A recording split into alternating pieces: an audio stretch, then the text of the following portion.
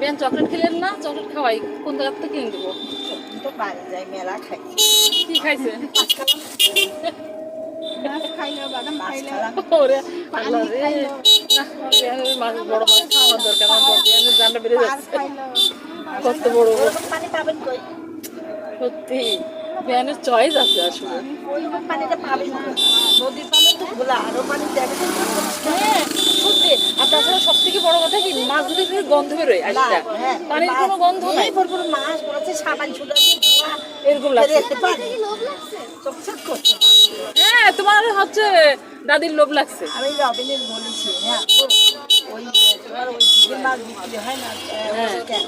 হ্যাঁ আমি তখন আবার বলছে কি, আরে আম্মা তুমি যশোরে মাগুরার হলো দিদি কি বলে কি বিলির মাছ দিয়ে বললাম তুমি জানো ওখানে কি পরিষ্কার পানি।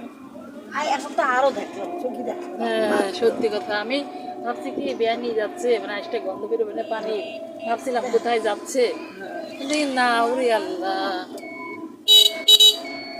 আর টিকিট প্রায় 5-6 লাখ টাকা বিক্রি হয়েছে। হ্যাঁ সত্যি কথা। মাছটা 5 লাখ পাই না 5 লাখ তো নয়, এতেই তো লাভ। লাভ।